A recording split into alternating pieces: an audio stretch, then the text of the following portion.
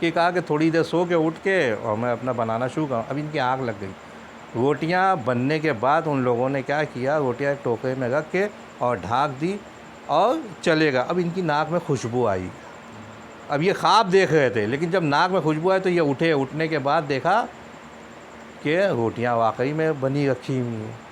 تو کہا کوئی اور نہیں, یہ جس کی مجلس ہے یہ وہی ہے. پھر صبح ہوئی, مجلس ہوئی. مجلس ہونے کے بعد میں جب سب چلے گئے تو دیکھا کہ جو وزیر تھا وہ لڑکی کا ہاتھ پکڑ کے چلا آ رہا ہے. اب یہ گھبرا گئے, کہا کہ اب یہ لڑکی کو شاید واپس کرنے آیا, اب میں ان کو پیسہ کہاں سے دوں. اب یہ دیکھتے رہے. جب وہ نزدیک آیا کہنے لگے کہ یہ اپنی لڑکی پکڑو, مجھے لڑکی نہیں چاہیے. کہنے کیا بات ہے, کوئی خطا کر دی, کچھ ہو گیا؟ کہنے لگے نہیں ہوا کچھ نہیں, بس یہ لڑکی میں نہیں لے سکتا ہوں. کہنے کیا واقعہ کیا؟ کہنے لگے جس دن میں یہ لڑکی کا لے کے گیا, رات کو جب سویا تو رات میں خواب میں میرے جناب سیدہ شہزادی آئی. آنے کے بعد کہا تجھے شرم نہیں آتی ہے کہ تو نے میری بیٹی کو خریدا؟ اس نے کس کے لیے لڑکی کو بیچا تھا اور تو نے خرید کر اپنے پاس رکھ لیا. بولے میں گھبرا گیا, بس اتنا کہہ کے چلی گئی. گھبرا کے میں نے لڑکی کا ہاتھ پکڑا اور صبح ہوتے ہی پہلے میں تیرے پاس آیا ہوں کہ مجھے یہ لڑکی نہیں دے. اب آج کے بعد سے یہ ذہن میں بٹھا لو کہ جب تک تیرے یہاں مجلس ہوتی رہے گی, جب تک تو عزاداری کرے گا, اچھا سے اچھا تبرک میں بانٹوں گا, ساری ذمہ داری میں لیتا ہوں. ایک صلوات بھیجے محمد و آل محمد. ایک بلند ترین صلوات بھیجے محمد. عزیزان محترم, یہ خلوص ہوتا تھا ہمارے یہاں, لیکن کیا کیا جائے کہ ہم لوگوں نے اس کو ایسی رسم بنا لی ہے, اتنا کمپٹیشن کر دیا ہے کہ ہم اصل حقیقت سے الگ ہو گئے. جو فرش عزا کی حقیقت ہے ہم اس سے کوسوں دور چلے گئے.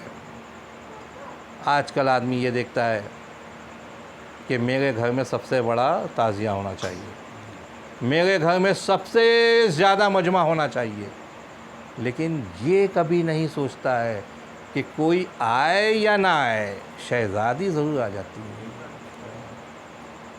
یہ ہم لوگوں نے کبھی نہیں سوچا کہ شہزادی کے لیے کیا کیا جائے کہ شہزادی آئے. ہم نے دیکھا کہ جو وقت دیا مجلس کا وہ وقت میں نہیں آتے. ہاں ٹھیک ہے,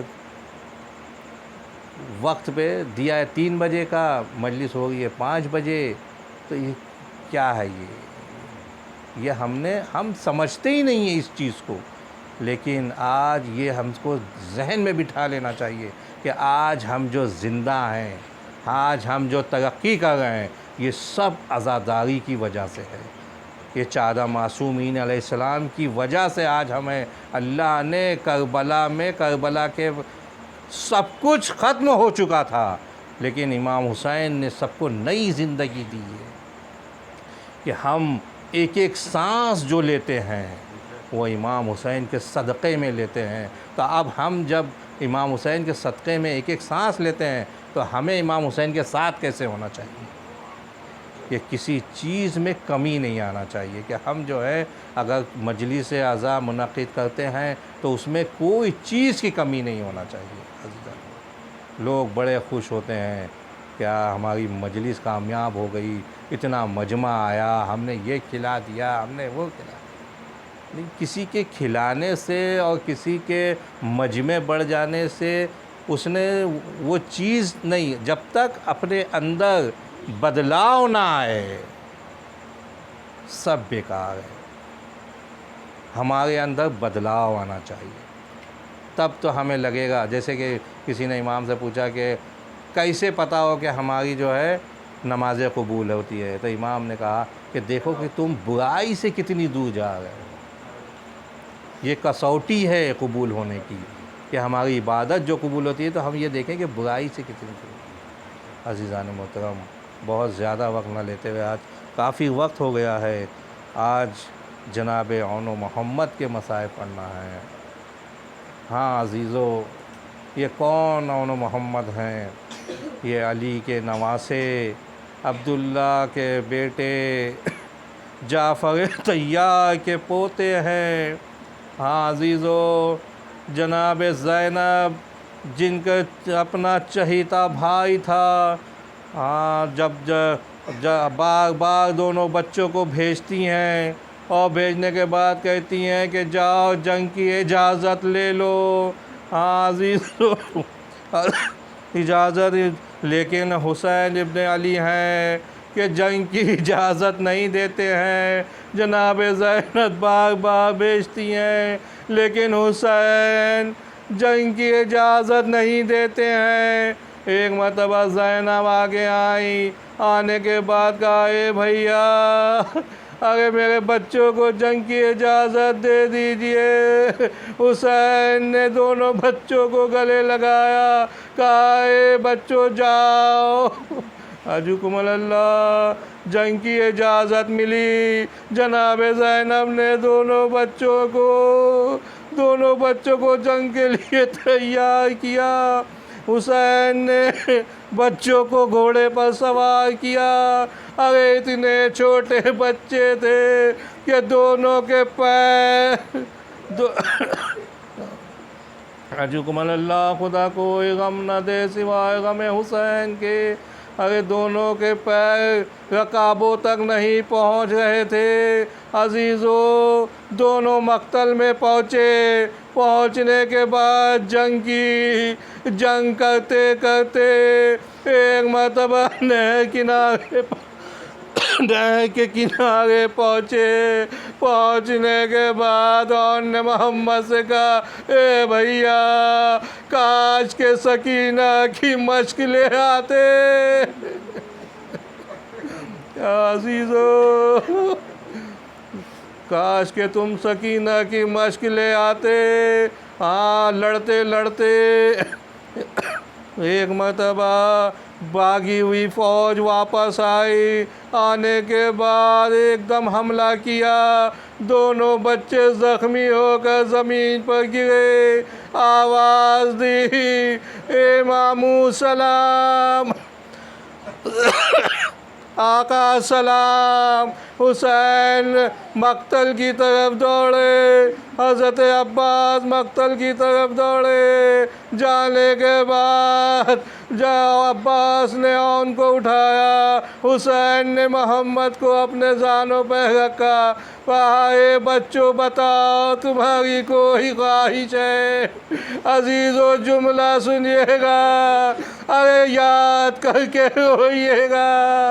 عزیزو، ایک مرتبہ دونوں بچوں نے ایک ساتھ کہا اے ماموں، ارے گھر پر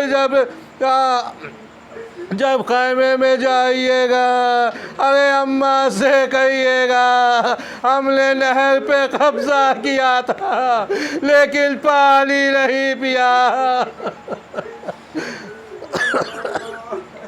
انا للہ و انا الیہ راجعون۔